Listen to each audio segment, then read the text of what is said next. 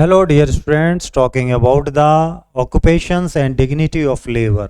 यानी कि अलग अलग जो जॉब्स हैं, अलग अलग टाइप के जो काम करते हैं लोग, उसी को बोलते हैं ऑक्यूपेशन, जिससे उनकी अर्निंग होती है और उस अर्निंग से वो अपनी लिवलीहुड को बैलेंस करते हैं। तो देखिए, जैसे एग्रीकल्चर एक ऑक्यूपेशन है, एग्रीकल्चर से ही रिलेटेड है एनिमल हस्बेंड्री यानी कि जानवरों का पालना, फिशिंग है, फॉरेस्ट्री है, माइनिंग है, ये सब अलग अलग टाइप के ऑक्यूपेशंस हैं। तो यहाँ पर हम लोग बात करेंगे टाइप्स ऑफ ऑक्यूपेशन। सबसे पहला प्राइमरी, यानी कि इसमें क्या क्या शामिल होता है प्राइमरी में? Agriculture, animal husbandry, fishing, forestry और माइनिंग, ये सब प्राइमरी हैं, यानी कि डायरेक्ट इसमें काम होता है। अगला है सेकेंडरी ऑक्यूपेशन। इसमें क्या होता है? पीपल एंगेज होते हैं मैन्युफैक्चरिंग सेक्टर और सर्विस सेक्टर में, यानी कि कोई चीज़ प्रोड्यूस करते हैं या फिर सर्विस प्रोवाइड करते हैं।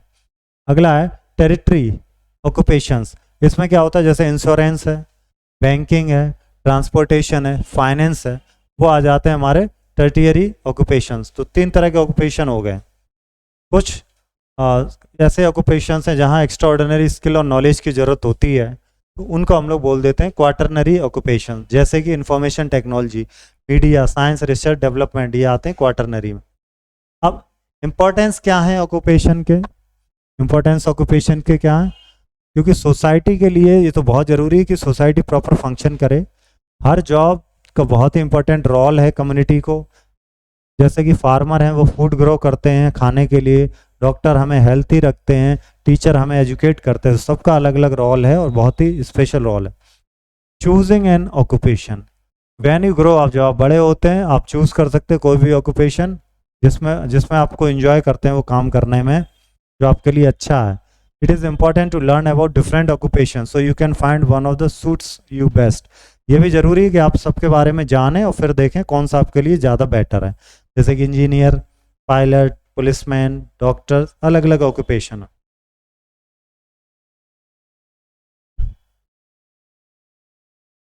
डिग्निटी ऑफ लेबर, यानी कि जो लोग मजदूर हैं, जो लोग काम करने जाते हैं, उनकी डिग्निटी हर जॉब में ये बहुत ही इंपॉर्टेंट है और इन्हें रेस्पेक्ट जरूरी है कि दी जाए।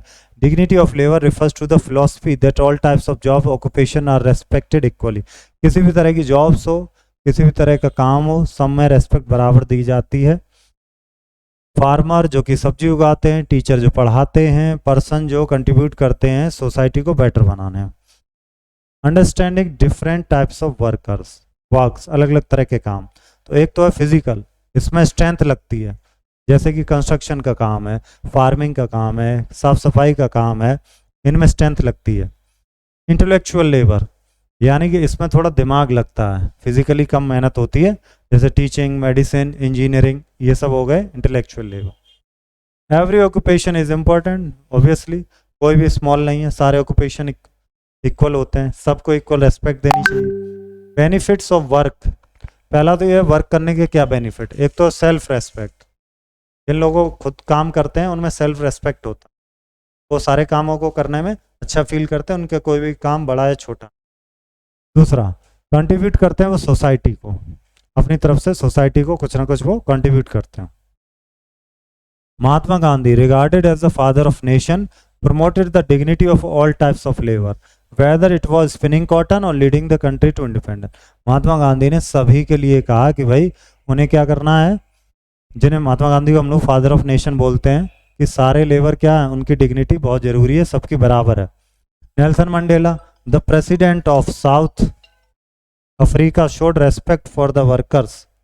नेल्सन मंडेला हैं, वो साउथ अफ्रीका के प्रेसिडेंट रहे हैं, वो उन्होंने कहा कि रेस्पेक्ट करनी चाहिए वर्कर्स की और उन्हें इनकरेज करना चाहिए।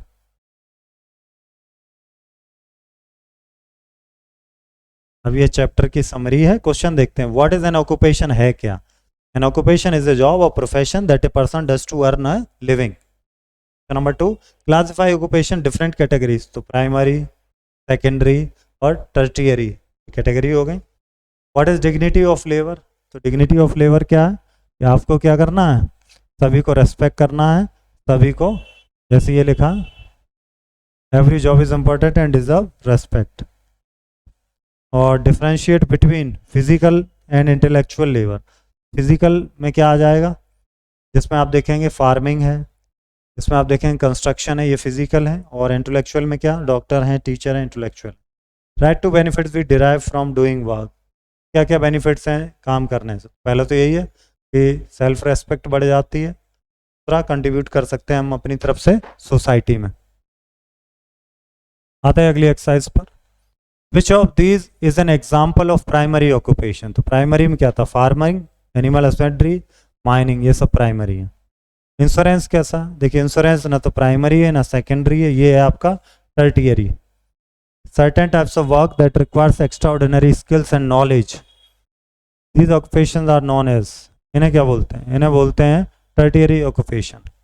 When you grow up you might choose an occupation based on, जो आप एंजॉय करते हो वो, या जो आपको अच्छा लगता है। जब आप बड़े हो तो आप वो चूज कर सकते हैं क्या बनना।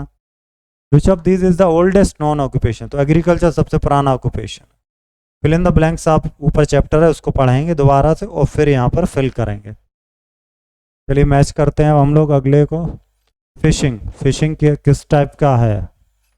फिशिंग तो है प्राइमरी, मैन्युफैक्चरिंग है आपका सेकेंडरी, इंफॉर्मेशन टेक्नोलॉजी ये हो गया आपका क्वाटरनरी, ट्रांसपोर्टेशन ये भी आपका हो जाएगा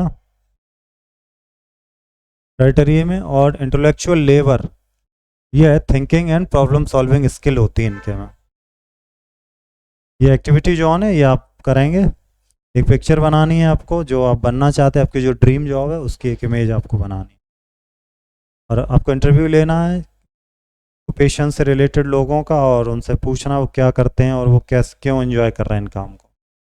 थैंक यू, मिलते हैं अगले चैप्टर में।